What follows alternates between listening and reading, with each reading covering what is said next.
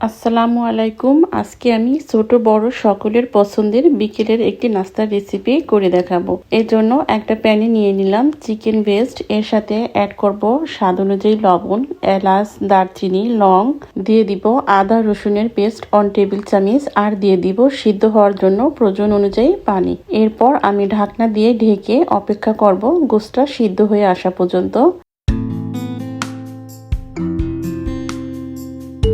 আমার গোশতটা সিদ্ধ হয়ে গেছে, এবার আমি চুলাটা বন্ধ করে দিব আর এই গোশগুলোকে শ্রেড করে নিব। এবার একটা বলে নিয়ে নিলাম হাফ কাপ ফ্লাওয়ার, এর সাথে অ্যাড করব 1 টেবিল চামচের মতো কর্নফ্লাওয়ার, আর দিয়ে দিব স্বাদ অনুযায়ী লবণ। এবার এগুলোকে একটু মিশিয়ে নিব আর দিয়ে দিব পানি। এই পানিটা দিয়ে আমি পাতলা একটা ব্যাটার বানিয়ে নিব।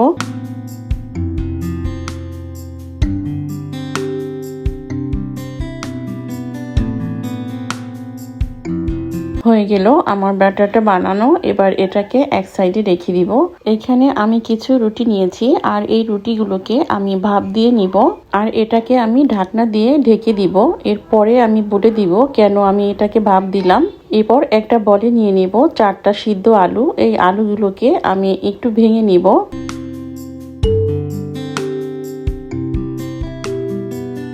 এর সাথে অ্যাড করব চিকেন। আমি যেই চিকেনগুলো সিদ্ধ করেছিলাম এর থেকে কিছুটা চিকেন আমি নিয়ে নিয়েছি আর এইগুলোকে শ্রেড করে নিয়েছি।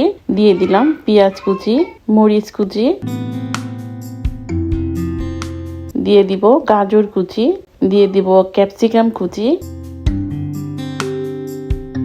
এর সাথে আরো দিয়ে দিব লেবুর রস 1 টেবিল চামচ, চিলি ফ্লেক্স দিয়ে দিব 1 টেবিল চামচ, অরিগানো দিয়ে দিব 1 টিস্পুন, আর দিয়ে দিব ম্যাগি মশলা একটার মতো। এখানে আমি আরো নিয়েছি ক্রিম, এখানে আমি ফ্রেশ ক্রিম দিয়েছি। এই ক্রিমটা দেওয়ার কারণে এই চিকেনের অনেক সুন্দর একটা ফ্লেভার আসবে। এইগুলোকে আমি এবার মেখে নিলাম। আমার হয়ে গেল মেখে নেওয়া। এবার এটাকে সাইডে রেখে দিব।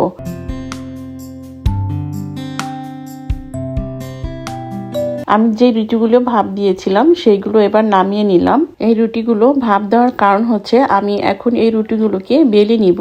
আর বেলার সময় এই রুটিগুলো ভেঙে যাবে না আর খুব মসৃণ একটা শেপ আসবে।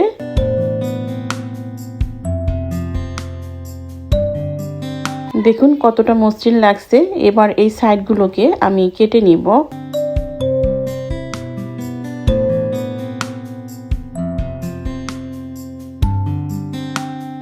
এরপর যে পুরটা আমি বানিয়েছিলাম সেই পুরটা দিয়ে দিব।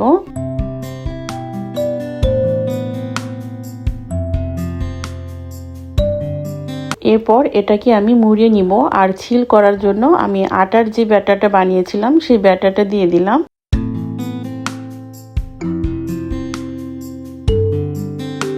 এরপর আইসক্রিমের যে কাঠি থাকে সেই কাঠিগুলো আমি এখানে ঢুকিয়ে দিব। এই সেম প্রসেসে আমি সবগুলো বানাবো। আমি আরো একটি বানিয়ে দেখাচ্ছি।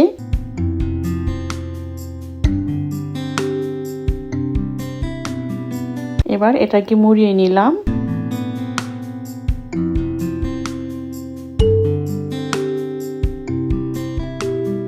দেখুন হয়ে গেল আমার সবগুলো বানানো। এবার আমি নেক্সট প্রসেসে চলে যাব। যে স্ন্যাকগুলি বানিয়েছি এগুলোকে প্রথমে আমি আটার ব্যাটারে চুপিয়ে নিব, এরপর ব্রেড ক্রাম্বের সাথে কোট করব।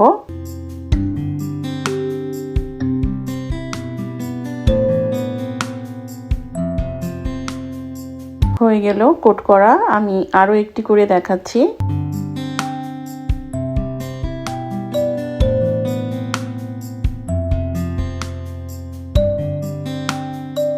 এইভাবে আমি সব সাইডে ব্রেড ক্রাম্ব লাগিয়ে নিব।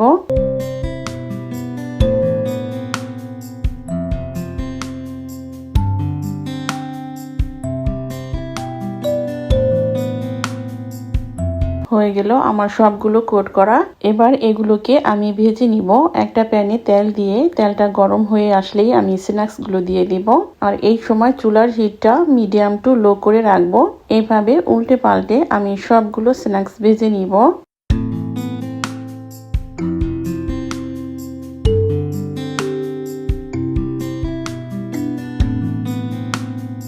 হয়ে গেল আমার ভাজা। এবার এগুলোকে আমি তুলে নিব।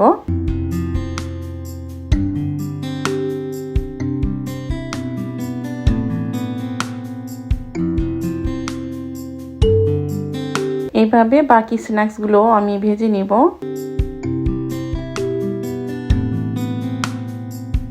এগুলো ভাজা হয়ে গেছে, আমি এগুলো তুলে নিলাম।